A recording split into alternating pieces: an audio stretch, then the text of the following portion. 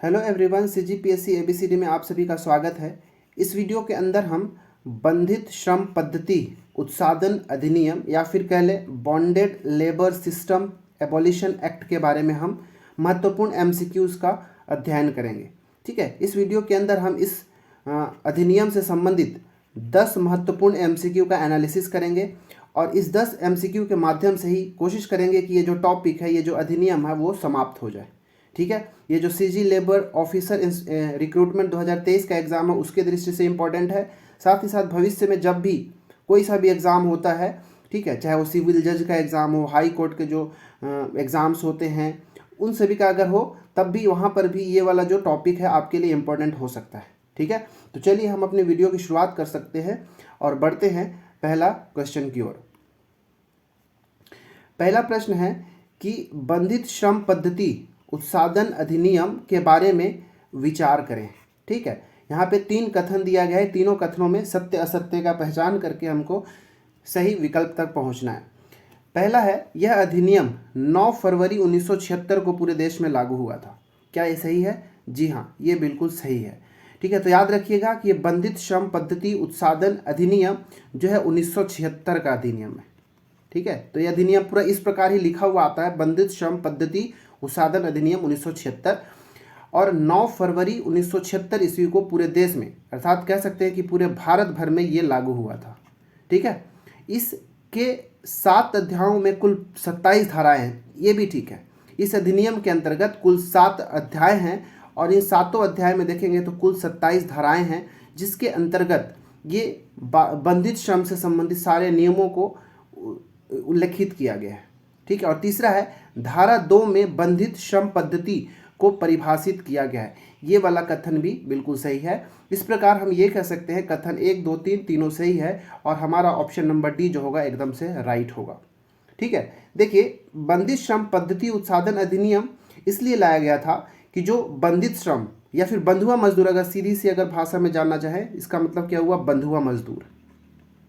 ठीक है, तो जो बंधुआ मजदूर कराने वाले जो नियोजक होते हैं, ठीक है, उनको दंडित किया जाए, उनको दंडित करने के प्रावधान दिया गया है। साथ ही साथ उसके अलावा जो बंधित श्रमिक होंगे, ठीक है, जो बंधुआ मजदूर होंगे, जब वो मुक्त होंगे, ठीक है, मतलब उनको मुक्त कराकर और उनके पुनर्वास का प्रावधान किया गया है।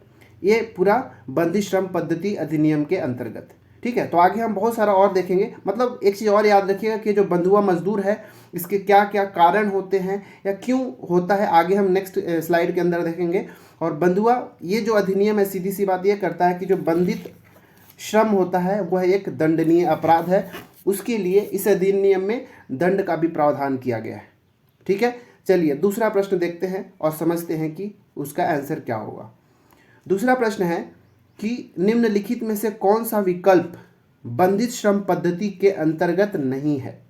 ठीक है, मतलब जो बंधित श्रम होता है, पहली बात तो बंधित श्रम को परिभाषित कहाँ किया गया है, तो ये जो अध्याय 1 का जो धारा संख्या 2 है, ठीक है, उसमें क्या किया गया है? मतलब बंधित श्रम है उसको परिभाषित किया गया है। ठीक है, मतलब किस किस टाइप का जो श्रम होगा उसको हम बंधित श्रम के अंतर्गत रखेंगे, उसका परिभाषा धारा 2 के अंतर्गत किया गया है। धारा 1 जो है, याद रखिएगा, धारा 1 जो है वो इस अधिनियम का विस्तार, संक्षिप्त नाम और प्रारंभ को उल्लिखित करता है, विवरण देता है। ठीक है, कि जो पूरा ये अधिनियम जो है वो अधिनियम पूरे भारत भर में लागू हुआ। ठीक है, तो ये सब धारा 1 के अंतर्गत आता है। और धारा 2 में हम परिभाषाओं को देखते हैं। इसमें ये बताया गया कि बंधुआ या फिर बंधित श्रम किसको किसको कहा जाएगा। ये 4 में से बताना है कि कौन से ऐसा विकल्प है जिसको हम बंधित श्रम के कैटेगरी में नहीं रखेंगे। किसी प्रथा या सामाजिक बंधन के अनुसार कराया गया काम, मनरेगा के अंतर्गत कराया जाने वाला कामगार, किसी विशेष जाति या समुदाय में उसके जन्म लेने के कारण उस व्यक्ति द्वारा उसके पूर्वजों में से किसी के द्वारा प्राप्त किसी पैसे के बदले किया गया काम। इसमें से कौन सा ऐसा काम है जिसको हम बंधित श्रम या फिर बंधुआ मजदूरी के अंतर्गत नहीं रखते? तो है ऑप्शन नंबर बी, कि जो मनरेगा में जो काम करने वाले जो श्रमिक होते हैं या कामगार होते हैं, उनके कार्य को बंधित श्रम के अंतर्गत नहीं रखा जाएगा। इसलिए इसका ऑप्शन नंबर बी जो है सही होगा। बाकी अगर किसी प्रथा हो गया या फिर सामाजिक बंधन के कारण किसी से कार्य कराया जा रहा है, ठीक है, तो वो किसके अंतर्गत आएगा? बंधित श्रम के अंतर्गत आएगा।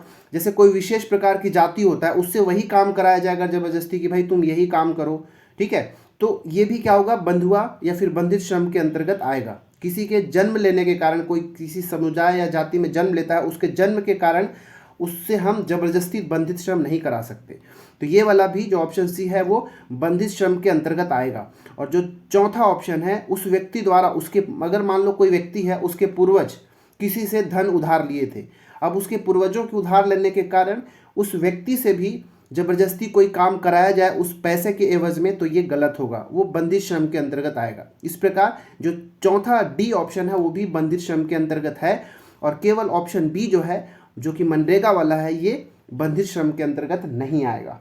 ठीक है, कुछ और भी जैसे समझना है तो समझ सकते हैं कि मान लो कि ऐसा काम करने की जिम्मेदारी, अगर मान लो कोई आदमी है और उसके विरासत में उसके जो पूर्वज है वो कोई काम करते चले आ रहे हैं, और उस व्यक्ति को भी अगर विरासत के रूप में वो काम मिला और उसको भी वही काम करना पड़े, तो वो भी बंधित श्रम के अंतर्गत आएगा। अगर वो स्वेच्छा से करना चाहे तो कोई दिक्कत नहीं है, परंतु अगर उसको केवल ऐसा विरासत में मिले गए जिम्मेवारी के हिसाब से अगर काम कराया जाएगा, तब भी वो बंधित श्रम के अंतर्गत ही आएगा। तो ये सब को आपको पढ़ के एक बार जाना है कि कैसे कौन बंधित श्रम के अंतर्गत आएगा और नहीं आएगा। ठीक है, चलिए अब तीसरा प्रश्न देखते हैं। तीसरा प्रश्न है कि बंधित श्रम पद्धति उत्पादन नहीं, उत्साधन होगा। ठीक है, उत्साधन का मतलब होता है एबॉलिशन, या किसी चीज़ को समाप्त कर देना, एबॉलिट करना, या फिर एबॉलिशन कहलाता है। तो बंधित श्रम पद्धति या उत्साधन अधिनियम 1976 के अनुसार कौन सी धारा उससे संबंधित विषय से सुमेलित नहीं है? एक्चुअली इसमें 4 विकल्प जो है, चारों विकल्प में कुछ विषय और उससे संबंधित धारा का नाम लिखा हुआ है, कौन सी धारा संख्या है, तो इसमें सुमेलित नहीं है, उसकी पहचान करना है हमको यहाँ पे।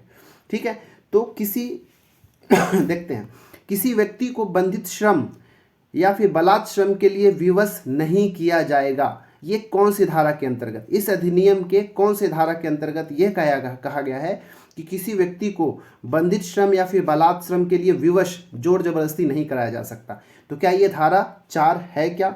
जी हाँ, बिल्कुल सही है, ये वाला जो है सही है, धारा 4 के अंतर्गत इसका वर्णन है। दूसरा, बंधित श्रमिक की संपत्ति को बंधक से मुक्त किया जाना चाहिए या फिर किया जाना, ये कौन से धारा के अंतर्गत आता है? तो ये धारा 7 ही है, बिल्कुल सही है। इसका मतलब क्या हुआ, आगे हम हालांकि देखेंगे, फिर भी मैं समझाता हूँ कि अगर मान लो कोई बंधित श्रमिक है, ठीक है, मतलब उसको कोई पैसा दिया गया था और उससे अब काम कराया जाए, उसके लिए उसका जो संपत्ति है उसको बंधक बना लिया गया है, ठीक है। लेकिन जैसे ही ये अधिनियम लागू होगा, बंधित श्रम पद्धति अधिनियम 1976, तो ये बंधित श्रमिक जो होंगे अपने आप वो स्वतंत्र हो जाते हैं, ठीक है, वो बंधित श्रमिक नहीं रह पाएंगे, ठीक है, और उनकी जो संपत्ति है वो भी मुक्त हो जाता है बंधक करने वालों से, ठीक है, और स्वतंत्र होकर जो श्रमिक था उसका हो जाता है। तो ये धारा 7 के अंतर्गत इसका वर्णन किया गया है। तीसरा, करारा या रूढ़िवादी परंपरा का शून्य होना, ये क्या धारा संख्या 10 के अंतर्गत है क्या, हमको ये बताना है। ठीक है, क्या बोल रहा हूँ कि बंधित श्रमिक की करारा या रूढ़िवादी परंपरा का शून्य होना क्या धारा 10 में है? नहीं, ये वाला जो है हमारा ऑप्शन सी है, वही असुमेलित है। करारा या फिर रूढ़िवादी परंपरा का शून्य होना, मतलब इसका मतलब क्या हुआ कि जैसे कई सारे रूढ़ी परंपराएं होती हैं जो पहले से चली आ रही होती है कि इस परंपरा के अंतर्गत इस काम को इस आदमी को करना होगा, ठीक है, ये सारा चीज़ को समाप्त हो जाना। जैसे ये अधिनियम लागू हुआ, ये सारा जो करारा या रूढ़िवादी परंपरा थी वो सब शून्य हो गया, समाप्त हो गया। तो इसका जो वर्णन है ये धारा 10 के अंतर्गत नहीं किया गया है, ठीक है। इसका जो वर्णन है वो किसके अंतर्गत है? तो धारा संख्या 5 के अंतर्गत है, ठीक है, धारा 5 याद रखिएगा। करारा या रूढ़िवादी परंपरा का शून्य होना, धारा 5। अच्छा, धारा 10 में क्या है? तो धारा 10 का मैं यहाँ पर लिखता हूँ।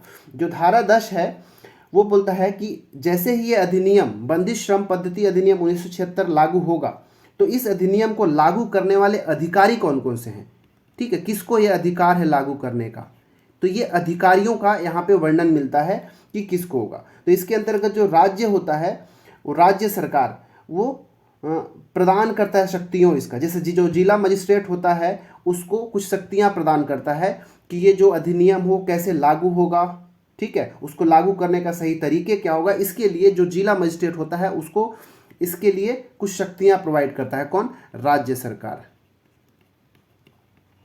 ठीक है, राज्य सरकार। तो इसका वर्णन कहाँ मिलता है? धारा 10 के अंतर्गत मिलता है।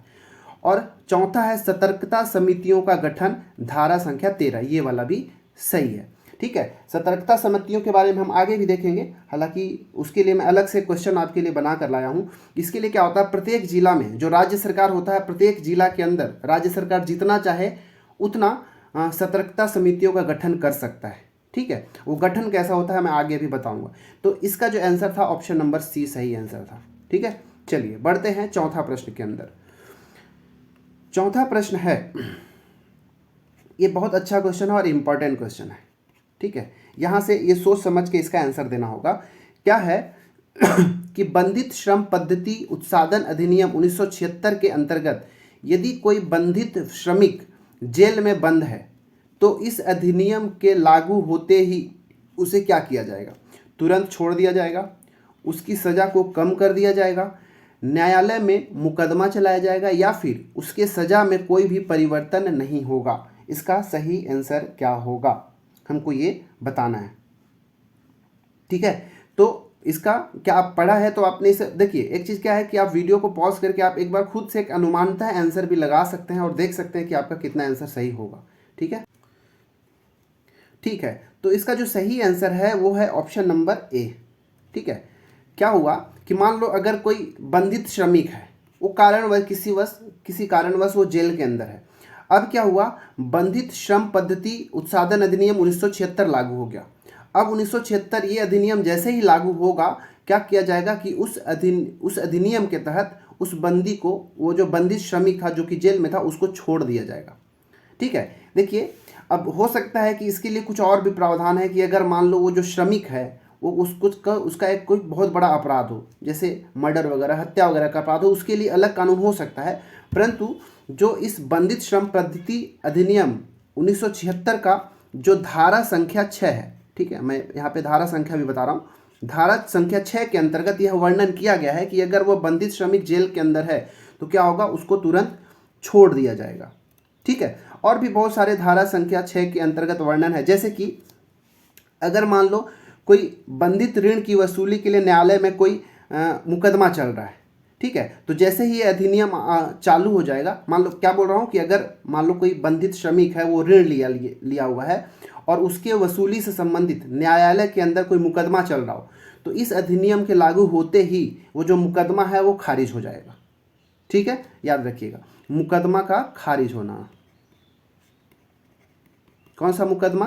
तो ऋण संबंधित। ठीक है, ऋण संबंधित मुकदमा। और भी ये अधिनियम जो है, इस अधिनियम का नाम ही क्या है कि बंधित ऋण या प्रतिसंदाय करने के दायित्व की समाप्ति।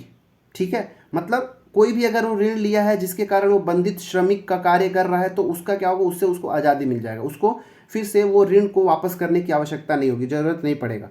ठीक है, ये अधिनियम यही कहता है, इस अधिनियम का धारा 6 के अंतर्गत कहा जाता है। एक और भी ऐसे समझ सकते हैं कि जैसे ही अधिनियम लागू होगा, तो अगर मान लो कोई बंधित श्रमिक है, उसका कोई जमीन को कुर्क कर लिया गया है, या फिर उसका जो भी चल संपत्ति था वो न्यायालय या किसी अन्य प्राधिकारी के पास ऐसी कुर्क करके रखा हुआ है, तो वह संपत्ति उस व्यक्ति को क्या कर दिया जाएगा, वापस कर दिया जाएगा। ठीक है, तो ये सब जो है ये धारा संख्या 6 के अंतर्गत आता है। ठीक है, चलिए अब हम 5वां प्रश्न की ओर बढ़ते हैं। 5वां प्रश्न है कि एक बंधित श्रमिक बंधित श्रम के प्रतिफल के रूप में एक निवास स्थान का प्रयोग कर रहा था, परंतु अधिनियम को लागू होते ही उसे बंधित श्रम से मुक्ति मिल गई। अब उसे क्या किया जाएगा? अब इस क्वेश्चन को आप समझे कि नहीं, इसको ध्यान से एक बार समझिए, वीडियो को पॉज करके आप एक बार इसको समझने की कोशिश करें। ठीक है, तो उसे क्या किया जाएगा? तो मतलब क्वेश्चन क्या है, मैं एक बार फिर समझाता हूँ। जैसे एक बंधित श्रमिक है, ठीक है, जब वो बंधित श्रमिक के रूप में कार्य कर रहा था, तो उसको उसके बदला में उसको एक निवास प्रोवाइड किया गया था, एक निवास दिया गया था कि भाई आप यहाँ पे रहो और श्रमिक की भांति कार्य करो। लेकिन हुआ ये कि 1976 का जो बंधित श्रम अधिनियम था वो लग गया। अब उस अधिनियम के लगते ही क्या हुआ, जैसे ही अधिनियम लागू हुआ तो इसका मतलब यही हो गया कि जो बंधित श्रमिक थे वो सभी मुक्त हो गए। ठीक है, और उनका पुनर्वास कराना होगा।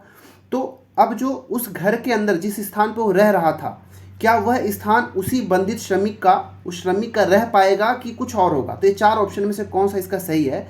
राज्य सरकार नया स्थान उपलब्ध कराएगा, उसे निवास से बेदखल कर दिया जाएगा मतलब निकाल दिया जाएगा। तीसरा, प्रधानमंत्री आवास योजना अंतर्गत उसे निवास मिलेगा, या फिर चौथा, उस निवास से बेदखल नहीं किया जाएगा। इस चारों में से कौन सा सही है? तो इसका जो करेक्ट है ऑप्शन नंबर डी। भले ही वो बंदित श्रमिक था, उसको उसके बदला में एक निवास स्थान मिला था, लेकिन जैसे ही वो बंदित श्रमिक से मुक्त हुआ तो उसका जो निवास स्थान था उससे उसको निकाला नहीं जाएगा। ठीक है, मतलब उसे उस निवास से बेदखल नहीं किया जाएगा। ठीक है, ये वाला हमारा ऑप्शन नंबर डी सही है। ये जो है ये धारा संख्या 8 के अंतर्गत इसका वर्णन है। ठीक है, कि मुक्त होने, बंदित श्रमिक से मुक्त होने के बाद भी उसका जो घर था, जिस घर में वो रह रहा था, वो स्थान से उसको बेदखल नहीं किया जाएगा, वही रहेगा। फिर भी यदि कोई उसको बेदखल कर रहा है, याद रखिएगा, अगर फिर भी उसको कोई अगर बेदखल कर रहा है तो जो उस क्षेत्र का कार्यपालक, उस क्षेत्र का जो कार्यपालक मजिस्ट्रेट रहेगा, ठीक है, याद रखिएगा, मजिस्ट्रेट, कार्यपालक जो मजिस्ट्रेट होगा वो क्या करेगा, उस श्रमिक को उसी समय जल्द से जल्द जो निवास स्थान है उस पर कब्जा वापस दिलाएगा। ठीक है, ये याद रखिएगा किसका कार्य है, तो कार्यपालक मजिस्ट्रेट का ये कार्य है। तो ये था हमारा 5वां प्रश्न, ये धारा 8 के अंतर्गत का प्रश्न था। ठीक है, चलिए अब हम देखते हैं अगला प्रश्न, प्रश्न क्रमांक, देखिए ये सब जो धारा संख्या दिया है इससे संबंधित जो मुख्य विषय है उस सबको भी आप याद कर लीजिए। जैसे धारा 8 क्या कहता है कि मुक्त किए गए बंदित श्रमिक का वास स्थान या निवास स्थान आदि से बेदखल नहीं किया जाएगा। तो ये जो है उनके निवास स्थान से बेदखली से संबंधित है, मतलब उनको उनके निवास स्थान से बेदखल नहीं किया जाएगा। ठीक है, छठवां प्रश्न जो इम्पोर्टेंट है और एक बड़ा है। ठीक है, बड़ा प्रश्न है, इसको आराम से वीडियो को पॉज करके आप इसका अध्ययन करें और पढ़ें कि इसका सही आंसर क्या होगा।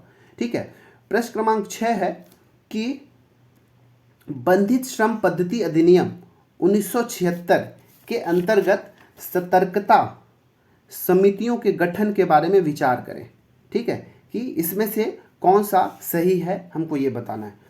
देखिए जो सतर्कता कमेटी होता है या समिति होता है ये राज्य के प्रत्येक जिले में बनाया जाता है। ठीक है, क्या बोल रहा हूँ, पहले एक बार फैक्ट यहाँ पे लिखता हूँ, किसके द्वारा बनाया जाता है, तो राज्य सरकार के द्वारा। कहाँ बनाया जाता है, तो ये प्रत्येक जिलों के अंदर बनाया जाता है, प्रत्येक जिले के अंदर, और वो राज्य सरकार जितनी सतर्कता कमेटियां बनाना चाहेगी उतनी बना सकती है, ये उसके मंशा के ऊपर है। ठीक है, प्रत्येक जिले में किसके द्वारा, राज्य सरकार के द्वारा। ठीक है, अब देखिए, और जो ये सतर्कता कमेटी होगा, सतर्कता समिति जो होगा, इसमें जिला मजिस्ट्रेट, अच्छा पहला आप कथन की ओर बढ़ते हैं, प्रत्येक सतर्कता समिति में जिला मजिस्ट्रेट या उसके द्वारा नामित कोई व्यक्ति उसका अध्यक्ष होगा। ठीक है, तो ये सही है, बिल्कुल सही है।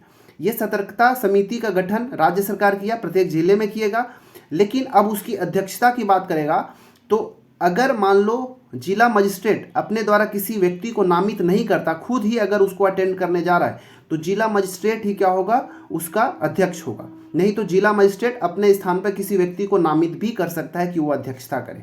ठीक है, तो पहला कथन सही है। दूसरा, जिला मजिस्ट्रेट जिले में निवासरत, मतलब जिले में निवास करने वाले अनुसूचित जनजातियों या अनुसूचित जातियों में से 3 व्यक्ति, ठीक है, और 2 सामाजिक कार्यकर्ता और 1 व्यक्ति जो वित्तीय संस्था का प्रतिनिधित्व करता है का नाम निर्देशित करेगा। देखिए इस समिति के अंदर जो जिला मजिस्ट्रेट है, याद रखिएगा, अपने तरफ से भी कुछ नाम निर्देशित करता है। याद रखिएगा, मैं यहाँ पे लिखता हूँ, जिला मजिस्ट्रेट जो है क्या अपने तरफ से कुछ नाम निर्दिष्ट करता है। पहला क्या करता है, यहाँ पे जो लिखा वही है कि पहली बात तो जिले में निवास करने वाला, पहला क्या कि जिले में निवास करने वाले अनुसूचित जाति और अनुसूचित जनजाति के 3 व्यक्ति को, ठीक है, 3 व्यक्तियों का नाम निर्देशित करता है। ये पहला, किसको, जिला में निवास करने वाले अनुसूचित जाति या अनुसूचित जनजाति के 3 व्यक्तियों को नाम निर्देशित किया, कौन, जिला मजिस्ट्रेट, पहला।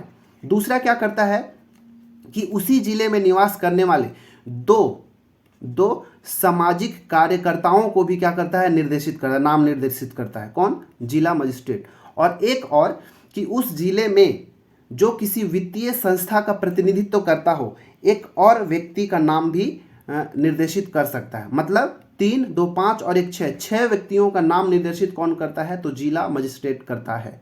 तो ये कथन भी सही है, दूसरा वाला।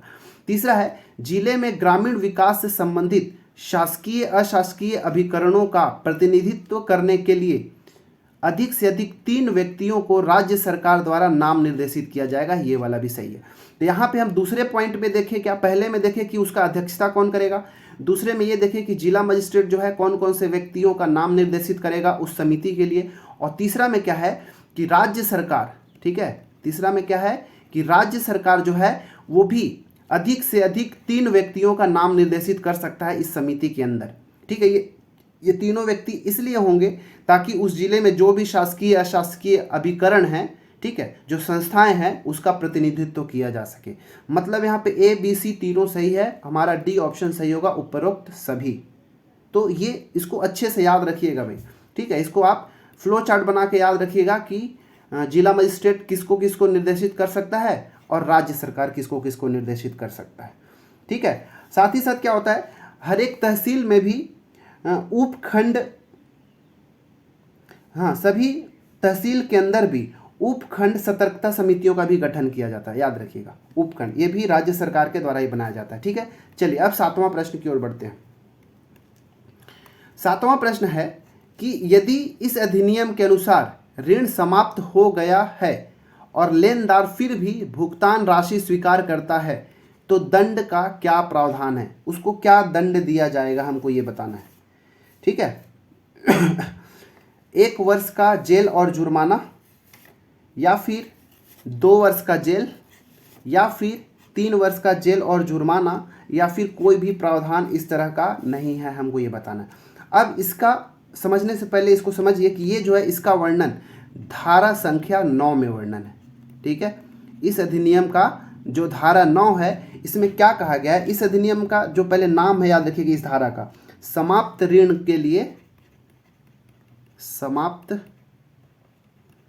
ऋण के लिए लेनदार द्वारा, समाप्त ऋण के लिए लेनदार द्वारा संदाय स्वीकार न किया जाना, संदाय स्वीकार न किया जाना, ठीक है। अब इसका मतलब क्या हुआ, इस धारा के अंदर ये कहा जाता है जैसे कि जो भी बंधुआ मजदूर मान लो या फिर बंधित श्रमिक बना है, हो सकता है वो कहीं से किसी तरह ऋण लिया हो और उस ऋण के बदला ही वो उसको बंधित श्रम करने पर मजबूर किया जा रहा हो।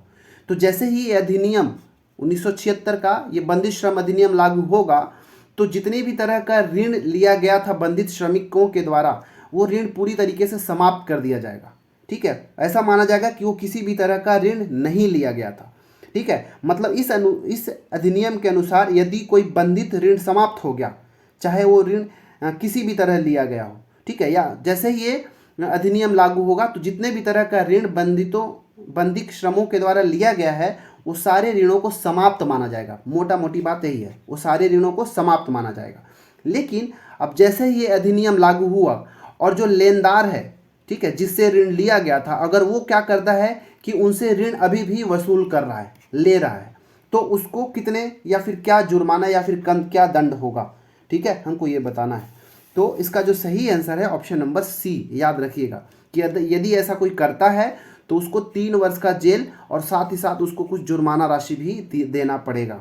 ये धारा संख्या 9 के अंतर्गत वर्णन है, ठीक है। तो ये था, एक अच्छा क्वेश्चन है, आपसे यहाँ पे बना सकता है, ठीक है। चलिए अब 8वां प्रश्न देखते हैं। 8वां प्रश्न है कि यदि कोई व्यक्ति किसी बंधित श्रम कराने के लिए मजबूर करता है तो उसे दंडित किया जाएगा। कैसे दंडित किया जाएगा हमको वो बताना है, ठीक है। तो ये जो है इसको ध्यान से ऑप्शंस को पढ़े क्योंकि मैं ऑप्शंस को एक ही तरह रखा हूँ और हो सकता है आप यहाँ पे कंफ्यूज होंगे, ठीक है, याद रखिएगा। तो इसमें कंफ्यूज नहीं होना है, इसको आराम से बनाना है और सॉल्व करना है कि इसका सही आंसर क्या होगा। तो देखिए, इस अधिनियम का मतलब ये है कि यदि कोई व्यक्ति बंधित श्रम कराने के लिए ज़बरदस्ती बोल रहा है किसी को, चाहे उसको पैसे की लालच दे के बोल रहा हो या फिर जाति वाति के आधार पर बोल रहा हो कि तुम इस जाति को, तुम इसी कार्य को करने के लायक हो, यही काम करोगे, मतलब आपसे या फिर किसी व्यक्ति से ज़बरदस्ती बंधित श्रम कराने के लिए मजबूर कर रहा है, तो उसे दंड दिया जाएगा। लेकिन कितना दंड दिया जाएगा? तो 4 ऑप्शन में से इसका जो सही आंसर है ऑप्शन नंबर ए, कि 3 वर्ष का जेल उसको हो सकता है और साथ ही साथ 2000 रुपये का जुर्माना राशि भी देना पड़ेगा। तो इसका आंसर ऑप्शन नंबर ए है। तो ये जुर्माना वाला क्वेश्चन भी आपसे बनाया जा सकता है। देखिए, पहले मैं कुछ धाराओं का नाम बता रहा हूँ, जैसे धारा संख्या 16। ठीक है, धारा संख्या 16 में वर्णन है कि यदि कोई कि मान लो धारा संख्या 16 क्या कहता है, ध्यान सुनिएगा कि मान लो यह अधिनियम जैसे ही लागू हुआ और लागू होने के बाद अगर कोई व्यक्ति बंधित ऋण देता है, ठीक है, तो जैसे ही बंधित ऋण देगा तो क्या होगा कि उसके ऊपर 3 साल का जेल और 2000 का जुर्माना होगा। धारा संख्या 16। धारा संख्या 17 को भी समझिए। धारा 16, 17, 18 तीनों एक तरह का है, तो मैं तीनों को समझाना का चाहूँगा यहाँ पे। ठीक है, धारा 16, 17 और 18। धारा 17 क्या कहता है कि यदि कोई बंधित श्रम करने के लिए मजबूर करता है, ठीक है, जो कि मैं यहाँ से ये वाला क्वेश्चन किया हूँ डायरेक्ट से, जबरदस्ती आपसे बोल रहा है बंधित श्रमिक करने के लिए, तो ये धारा संख्या 17 के अंतर्गत आ रहा है। ठीक है, धारा संख्या 17 के अंतर्गत, तो इसके अंतर्गत उसको 3 वर्ष का जेल और 2000 का रुपये का जुर्माना। ये तीनों जो अधिनियम है, इन तीनों अधिनियम का उल्लंघन करने पर, मतलब ये तीनों धाराओं के अंतर्गत कितने, 3 वर्ष का जेल और 2000 रुपये का जुर्माना का प्रावधान किया गया है। 18 नंबर का क्या धारा है, इसमें ये कहा गया है कि जैसे ही अधिनियम लागू होगा और कोई व्यक्ति बंधित श्रम कराने के लिए किसी प्रथा या फिर कोई समझौता का लागू करता है, ठीक है, इसमें याद रखिएगा, इसमें रूढ़िवादी जो प्रथा, समझौता, अगर इसके अकॉर्डिंग आपसे या किसी से जबरदस्ती बंधित श्रम कराया जाएगा तो धारा संख्या 18 के अंतर्गत आएगा और उसमें 3 वर्ष का जेल और 2000 रुपये का जुर्माना इसके अंतर्गत होगा। तो ये तीनों ही तरह का जो धारा है 16, 17, 18 तीनों में 3 वर्ष का जेल और 2000 रुपये का जुर्माना का प्रावधान किया गया है। ठीक है, याद रखिएगा। चलिए अब प्रश्न क्रमांक 9वां प्रश्न है कि बंधित श्रम पद्धति उत्सादन अधिनियम के तहत नियम बनाने के और संशोधन करने की शक्ति किसको प्राप्त है। ये अच्छा क्वेश्चन है। ठीक है, अधिनियम कब का, 1976 का। अब इस अधिनियम के अंदर जितने भी नियम हैं उसको बनाने और संशोधन करने की शक्ति किसको प्राप्त है, राज्य सरकार, केंद्र सरकार, ए और बी दोनों, या फिर जिला मजिस्ट्रेट। तो इसका जो सही आंसर है ऑप्शन नंबर बी, केंद्र सरकार। ठीक है, केवल केंद्र सरकार ही इसमें नियम बना सकता है और संशोधन कर सकता है। इसका वर्णन जो है धारा संख्या 26 में किया गया है। ठीक है, याद रखिएगा इस धारा का नाम, क्योंकि छोटा सही है।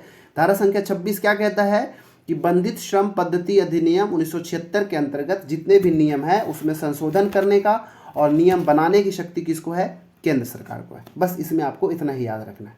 ठीक है, चलिए 10वां प्रश्न है कि इस अधिनियम के अंतर्गत अपराधों का विचारण करने का अधिकार किसको है। ठीक है, अगर मान लो कोई अपराध हो रहा है, ठीक है, या जबरदस्ती बंधित श्रमिकों को इकट्ठा किया जा रहा है, उनसे नियोजन का कार्य कराया जा रहा है, तो इस केस में इसका निपटारा कौन करेगा, इसका विचारण करने की शक्ति किसको प्राप्त है, ये किसके क्षेत्राधिकार के अंतर्गत आएगा। ठीक है, तो याद रखिएगा इसके लिए जो धारा है वो धारा संख्या 21 है। ठीक है, धारा संख्या 21। धारा संख्या 21 जो है अपराधों के लिए न्यायिक क्षेत्राधिकार की बात करता है। अपराधों के लिए न्यायिक क्षेत्राधिकार। ठीक है, ये धारा संख्या 21 के अंतर्गत वर्णित है। अच्छा, इसमें अब आंसर क्या होगा, प्रथम श्रेणी का न्यायिक मजिस्ट्रेट, द्वितीय श्रेणी का न्यायिक मजिस्ट्रेट, हाई कोर्ट, या फिर ए और बी दोनों, क्या इसका आंसर होगा। तो इसका सही आंसर ऑप्शन नंबर डी है। ठीक है, ये जो धारा संख्या 21 कहता है कि राज्य सरकार, ठीक है, याद रखिएगा यहाँ पे टर्म भी याद रखिएगा, राज्य सरकार, ठीक है, नियम को बनाने का जो काम है, संशोधन का काम केंद्र सरकार के अंतर्गत है, परंतु ये सभी शक्तियाँ न्यायिक मजिस्ट्रेट या फिर मजिस्ट्रेट को प्रोवाइड कौन करता है, तो राज्य सरकार प्रोवाइड करता है। मतलब राज्य सरकार इस अधिनियम के अंतर्गत अपराधों का विचारण करने के लिए, ठीक है, याद रखिए कौन, तो राज्य सरकार इस अधिनियम के अंतर्गत अपराधों का विचारण करने के लिए जो कार्यपालक मजिस्ट्रेट होता है, याद रखिएगा कार्यपालक मजिस्ट्रेट, जो कार्यपालक मजिस्ट्रेट होता है उसको प्रथम श्रेणी का न्यायिक मजिस्ट्रेट या द्वितीय श्रेणी का न्यायिक मजिस्ट्रेट की शक्तियां प्रदान करता है। इन दोनों की शक्तियां प्रदान करता है किसको, तो कार्यपालक मजिस्ट्रेट को ये शक्तियां प्रदान करता है। कौन, तो राज्य सरकार, याद रखिएगा। तो ये था इस अधिनियम से संबंधित महत्वपूर्ण 10 MCQ। आपको कैसा लगा आप कमेंट में ज़रूर बताएं। इनसे संबंधित जो धाराएं हैं, धाराओं को मैं तो यहाँ क्वेश्चंस के माध्यम से करा ही रहा हूँ जो मेन इंपॉर्टेंट है, परंतु आप एक बार उन धाराओं को खुद से ज़रूर पढ़ें और समझने की कोशिश करें। ठीक है, पढ़ने के बाद अगर इसका एमसीक्यू को लगाएंगे तो आपको बहुत अच्छा लगेगा और आपकी तैयारी लगेगा कि हम क्या किए हैं।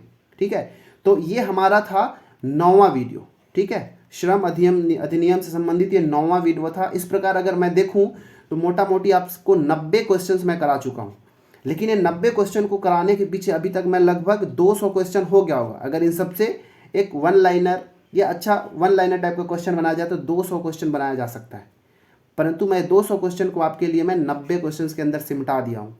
ठीक है, तो बस आप अपना पढ़ाई को कंटिन्यू रखें क्योंकि समय भी अब ज़्यादा नहीं है। अब बाकी सब्जेक्ट को भी ध्यान देते रहें, इसके लिए तो मैं खुद ही इसके लिए कोशिश कर रहा हूँ कि आपको ज़्यादा से ज़्यादा करा सकूँ। ठीक है, मिलते हैं अगले वीडियो में। इस वीडियो में इतना ही, तब तक के लिए धन्यवाद।